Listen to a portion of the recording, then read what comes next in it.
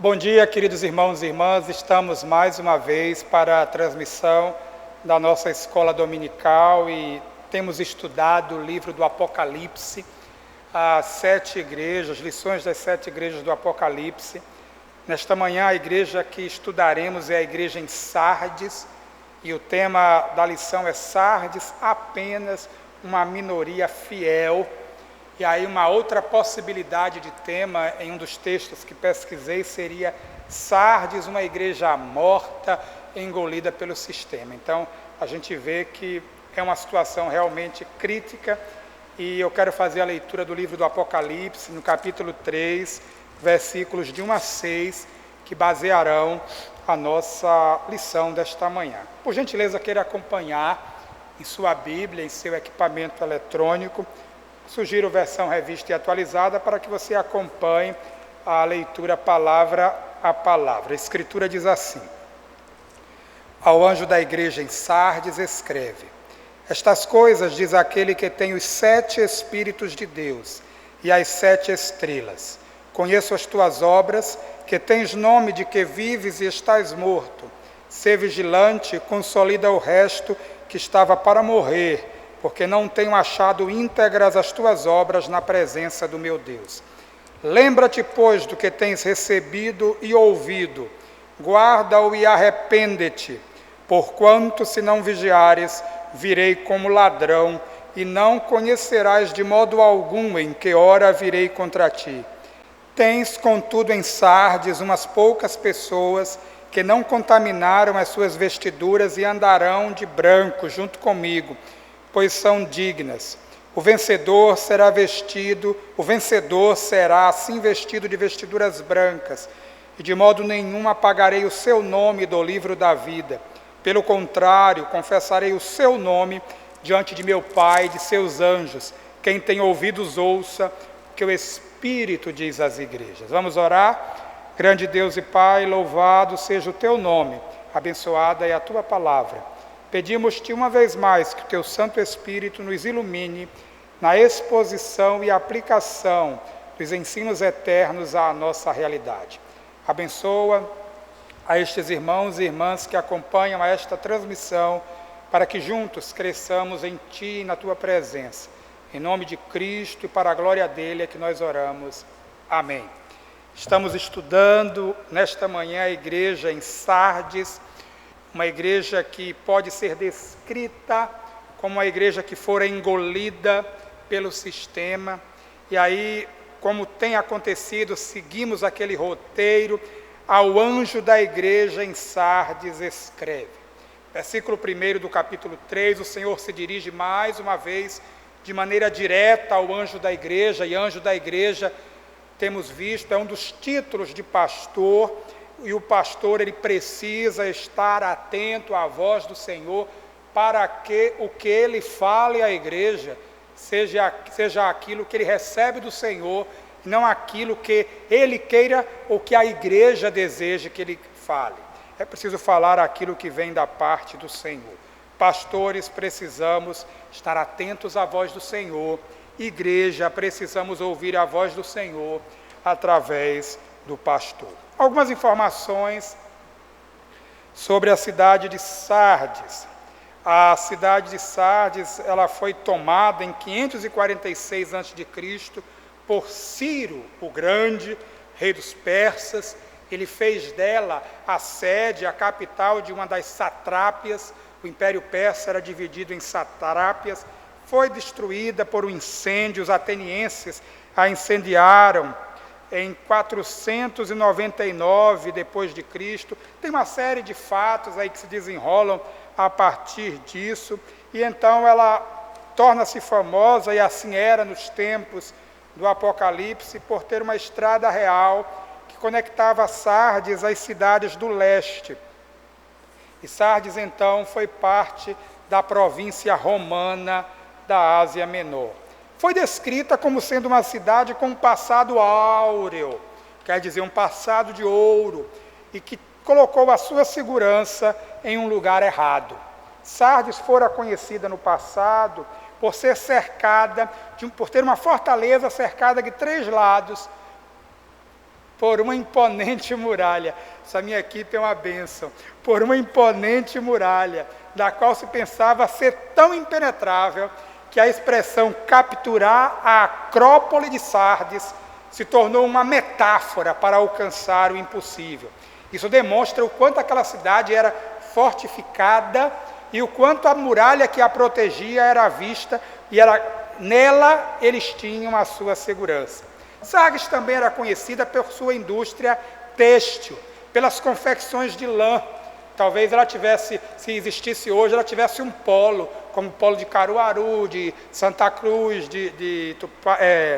esqueci aquela cidade, de Caruaru e Santa Cruz, esqueci, pronto. Mas talvez ela fosse conhecida hoje, ela teria um polo de confecção. Em Sardes ainda haviam espetáculos teatrais. E esses espetáculos elogiavam, aclamavam a beleza da cidade. A cidade tinha uma fama de cheia de vida. Lá existia ainda o templo de Ártemis, que era a deusa principal da cidade, e a ela foi dedicado um templo em Sardes, um dos 7 maiores templos gregos.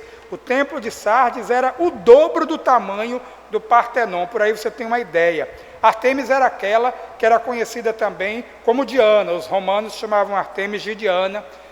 A mitologia dizia que ela era filha de Zeus, gêmea de Apolo, deusa da caça, da lua e da fertilidade. Em Sardes ainda havia um ginásio com sauna. Era um complexo construído no centro da cidade baixa, e que tinha um ginásio, tinha sauna, e tinha ainda mais 5 hectares esse ginásio, e a parte ocidental era caracterizada por grandes salões abobadados para banhos. E a parte oriental, um espaço para palestras, um grande pátio aberto para o exercício. Então, de certo sentido, eles cultuavam o corpo também. Em Sardes havia uma sinagoga, e a sinagoga em Sardes era notável pelo seu tamanho e localização. Por quê? Nas cidades greco-romanas, as sinagogas judaicas, até pelo lugar e pelo papel que eles tinham na constelação maior, socialmente falando, do império, eram geralmente na periferia as sinagogas, mas em Sardes não. Era uma grande sinagoga, uma das maiores sinagogas antigas, e ela estava localizada no centro de Sardes. Isso comprova a força e a riqueza da comunidade judaica naquela cidade. Ela entrou em uso lá por volta do século III. Sardes era ainda um centro de culto a Cibele. Cibele era uma das antigas deusas das religiões de mistério da Ásia. As religiões de mistério são objeto de estudo ainda hoje. Em Sardes, o culto ao imperador também era praticado, então era uma cidade idólatra, uma cidade que estava atrelada, amarrada, apegada à idolatria e, lamentavelmente, abrigava uma igreja que era doente. A apresentação de Cristo, nós lemos da seguinte forma: estas coisas diz aquele que tem os 7 Espíritos de Deus e as 7 estrelas. Aqui, mais uma vez, retoma-se, como temos dito a cada domingo, retoma-se parte da descrição do capítulo 1. O capítulo 1 faz-se uma apresentação de Cristo, e em cada uma das 7 cartas retoma-se fragmentos daquela apresentação. Aqui se diz que o remetente, no caso Jesus Cristo, é aquele que tem os 7 Espíritos de Deus. E aí uma pergunta óbvia: professor, com licença, professor, o que são os 7 Espíritos de Deus? Eles são mencionados em Apocalipse, no capítulo 1, verso 4, no capítulo 3, verso 1, no capítulo 4, verso 5, no capítulo 5, verso 6, e aí eles efetivamente não são identificados pelo texto sagrado. Os 7 Espíritos de Deus são, você não vai encontrar essa frase. Então nós não podemos ser dogmáticos ao afirmar sobre eles.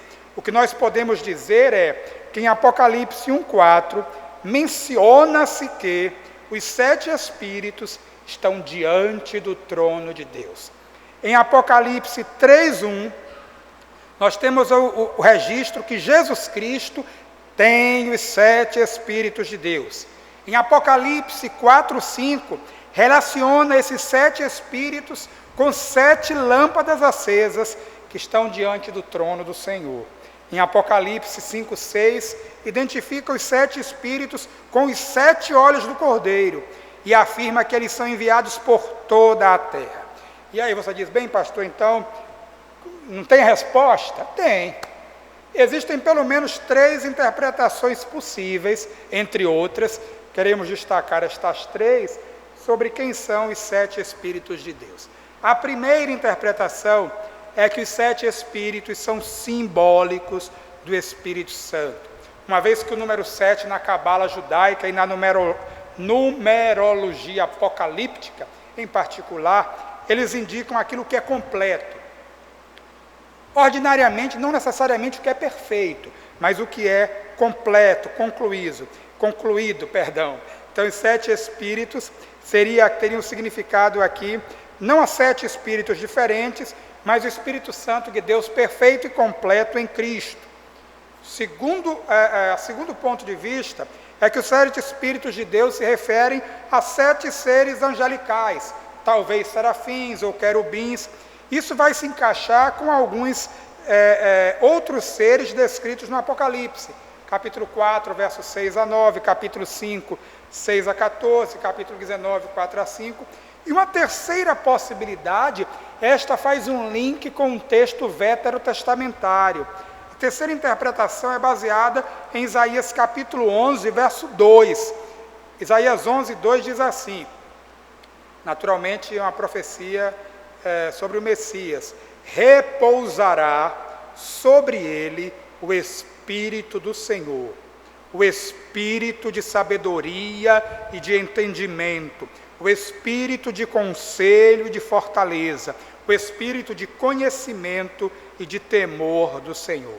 Isto poderia explicar os 7 Espíritos de Deus: o Espírito do Senhor, o Espírito de sabedoria, o Espírito de entendimento, o Espírito de conselho, o Espírito de poder, o Espírito de conhecimento e o Espírito do temor ao Senhor. O fato, a Bíblia não nos diz especificamente quem são os 7 Espíritos de Deus, mas a interpretação sobre o Espírito Santo e a interpretação sobre o link com a completude da sua manifestação e até com a profecia de Isaías, são interpretações plausíveis e nós podemos aceitá-las e admiti-las como respostas possíveis a esta pergunta.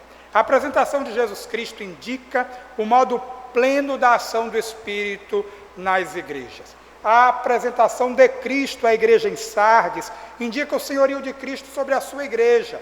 E o problema em Sardes era precisamente a morte espiritual. Vejam, em uma cidade com fama de viva, a igreja estava espiritualmente morta. Cristo tem o Espírito Santo, o único que pode dar a vida. Sardes era o oposto de Esmirna. Em Sardes, os pobres e oprimidos não tinham espaço.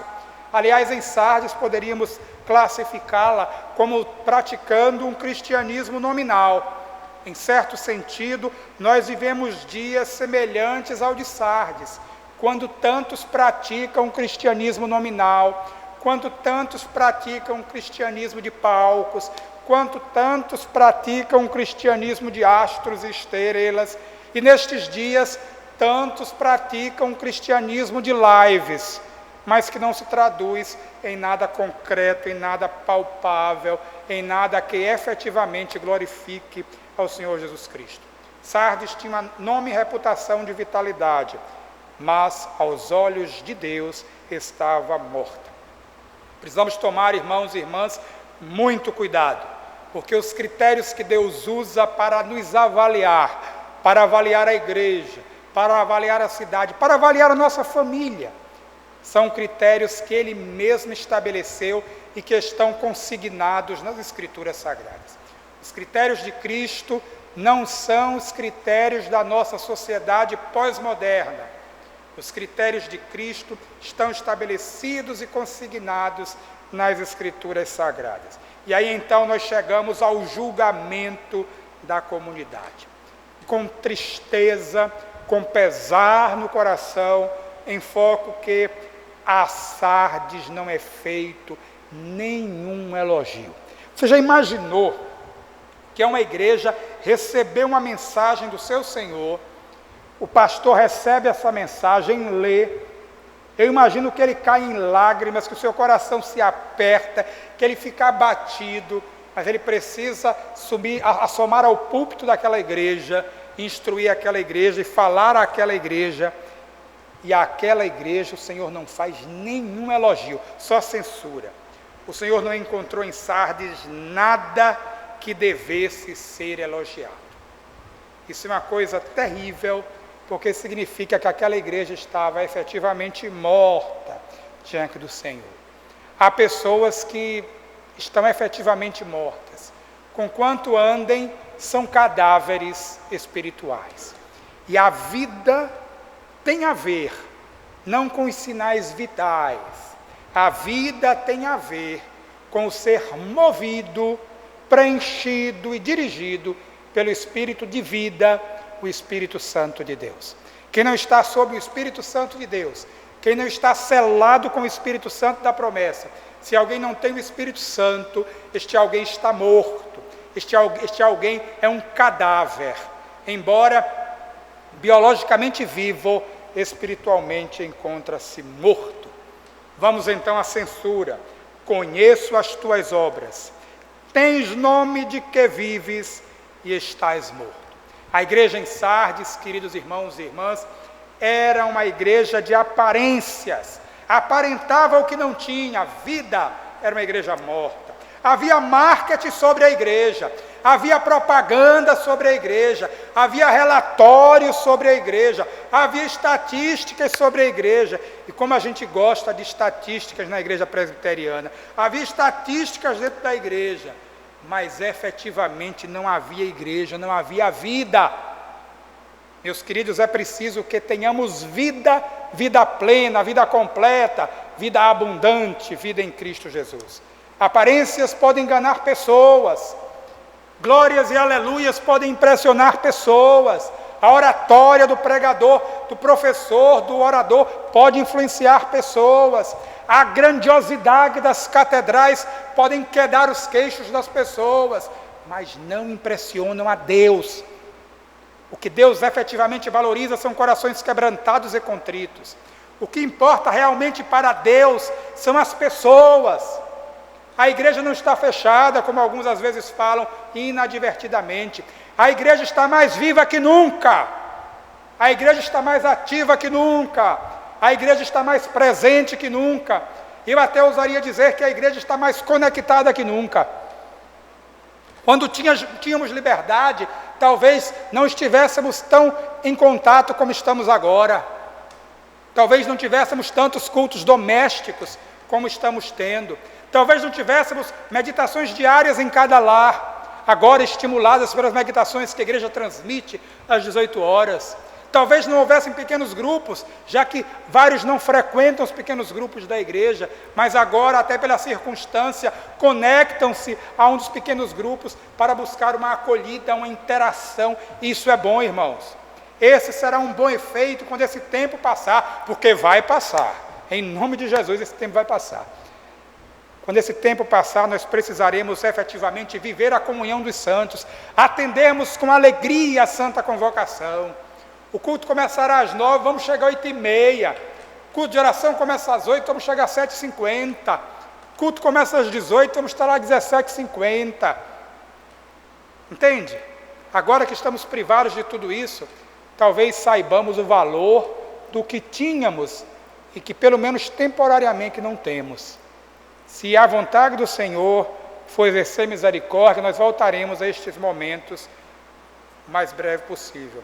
Lembrando que um dia para Deus é como 1000 anos e 1000 anos como um dia, né? Então, vamos esperar no Senhor.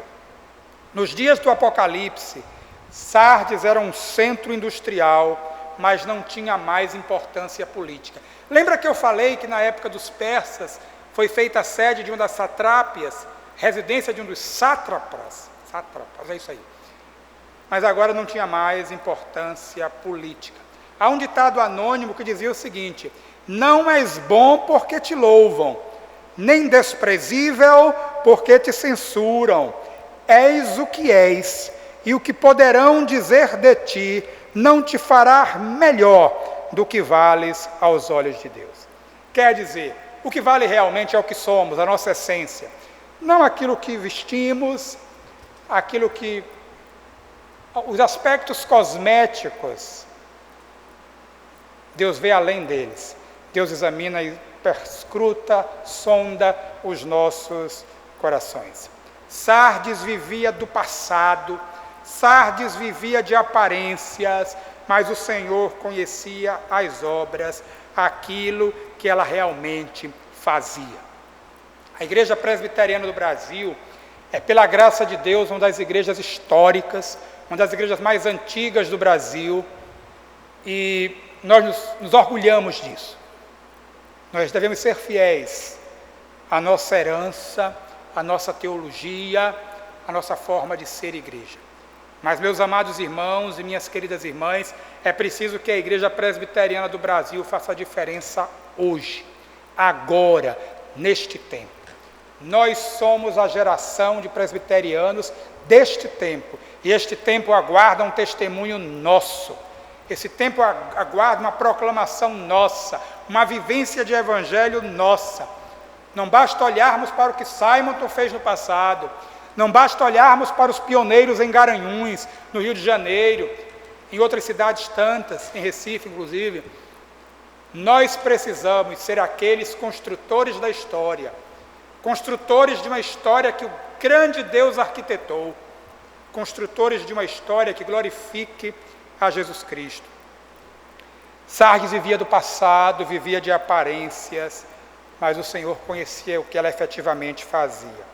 E então nós vamos para o final, para o apelo que é feito à igreja, que é o seguinte: ser vigilante e consolida o resto, ser vigilante e consolida o resto que estava para morrer, porque não tenho achado íntegras as tuas obras na presença do meu Deus.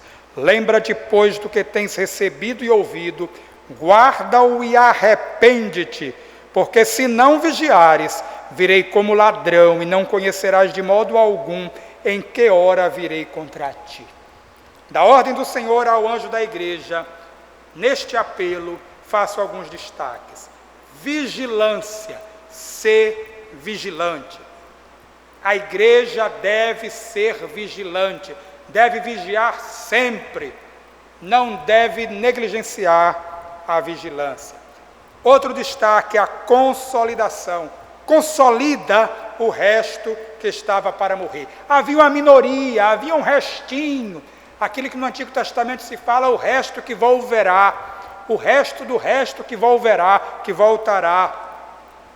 É preciso consolidar o que existe de bom em mim, em minha família, em nossa igreja. Precisamos consolidar o que temos. Há pessoas que não constroem, só destroem. Nós precisamos consolidar o que temos. Outro, volta uma censura no apelo, porque não tenho achado íntegras as tuas obras na presença do meu Deus. A questão não é se você acha que é íntegro, não é se você acha que é fiel. A questão é que nós temos que ser fiéis e íntegros diante do Senhor. Ele deve julgar-nos fiéis, Ele deve julgar-nos íntegros. Arrependimento. Lembra-te, pois, do que tens recebido e ouvido, guarda-o, arrepende-te, alerta, porque se não vigiares, virei como um ladrão. A igreja deve se arrepender, deve ouvir, deve guardar, deve se arrepender. E ela deve vigiar, porque o Senhor pode vir como um ladrão. E essa vinda, de modo algum, a hora em que virei contra ti. É o juízo de Deus chegando. Fortalecer o que restava de vida, era a solução. Fortalecer aos que haviam sido desprezados e marginalizados, até por não concordarem com o sistema, até por não se submeterem aos esquemas que haviam na cidade. É preciso fortalecer a resistência que permanece fiel. Em algumas circunstâncias, os fiéis ao Senhor são penalizados. Em algumas circunstâncias, eles são marginalizados, até nas estruturas eclesiásticas. Não basta a aparência, é preciso ser forte e viver. As obras praticadas em Sardes não eram perfeitas aos olhos de Deus e, portanto, não interessava a impressão que causava nas pessoas. Para Deus, o importante é o que efetivamente é, e não aquilo que nós fazemos parecer. Quem está mais preocupado com a aparência, afirma Jorge Henrique Barro, é porque precisa chamar a atenção para algo que quer esconder. Sardes deveria lembrar a mensagem que ouviu, obedecer e arrepender-se. Não adianta disfarçar erros e pecados, eles têm que ser confessados e transformados pelo poder de Deus. Não adianta aparentar vida, é preciso viver, é preciso ter vida. Sem falsidade alguma, precisamos reconhecer que nem tudo que a igreja faz ou fazia antes da quarentena era para a glória de Deus. Embora alguns digam, nós fazemos isso para a glória de Deus, nós planejamos isso para a glória de Cristo. Se a glória de Cristo fosse o alvo, com certeza, nós teríamos menos pessoas buscando fama, buscando palco, nós teríamos menos disputas, nós teríamos menos quedas de braço, nós teríamos menos pessoas trocando de igrejas como quem troca de restaurante, como quem troca de self-service. É preciso buscar fazer tudo para a glória de Deus, porque se fizermos para a glória de Deus, nós atrairemos aqueles pelos quais Cristo morreu e desejam fazer tudo para a glória do Senhor. Se nos desviarmos desse propósito, atrairemos joio para a igreja. Precisamos atrair filhos e filhas de Deus. Havia um perigo em Sardes, era a vinda surpreendente do Senhor, que poderia pegar a igreja de calças curtas, surpreendê-la em falta. A vinda era como a vinda de um ladrão, uma experiência dolorosa. E Sardes ela conhecia, vejam a riqueza da aplicação da fala de Cristo, como ele quis se fazer entender. Sardes conhecia o sentimento de ser inexpugnável. Ela sucumbiu por falta de vigilância. O fato é que sem vigilância, sem atenção e sem fortalecimento do Senhor e arrependimento, a igreja enfrentará a dor. A nossa sociedade, o nosso planeta está enfrentando um momento de dor, um momento de dificuldade, e isso não é sem razão. A segunda vinda de Cristo, ela será uma surpresa, ninguém pode prever, mas ele vem julgar a todos. A igreja contemporânea tem se embriagado de várias formas e paga um alto preço por isso. Mas voltando ao texto, nós temos a promessa, versículos 4, 5 e 6. Tens, contudo, em Sardes, umas poucas pessoas que não contaminaram suas vestiduras e andarão de branco junto comigo, pois são dignas. O vencedor será assim vestido de vestiduras brancas, e de modo nenhum apagarei o seu nome do livro da vida. Pelo contrário, confessarei o seu nome diante do meu Pai e diante dos seus anjos. Quem tem ouvidos, ouça o que o Espírito diz às igrejas. Meus irmãos e irmãs, os que não contaminaram as vestes eram os que agradavam a Deus. Pergunta e aplicação imediata: como estão as nossas vestes diante do Senhor? Temos agradado ao Senhor? Não adianta, irmãos, um templo suntuoso, um templo belíssimo, cheio de pessoas miseráveis e de corações perversos e podres. Não adiantam templos suntuosos, catedrais góticas vazias, sem fiéis. Não adianta a igreja cheia de pessoas vazias e de vestes sujas. Deus exige santidade e compromisso dos seus filhos e das suas filhas.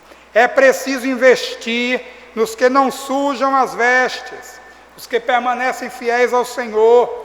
Vestes sujas até agradam ao mundo, mas afrontam a Deus. Os que se esforçam para manter uma vida de santidade e de compromisso são odiados pelo mundo. Jesus Cristo, ele não se ilude com a aparência de vida. Ele olha para a dignidade verdadeira e sabe se a pessoa é ou não íntegra.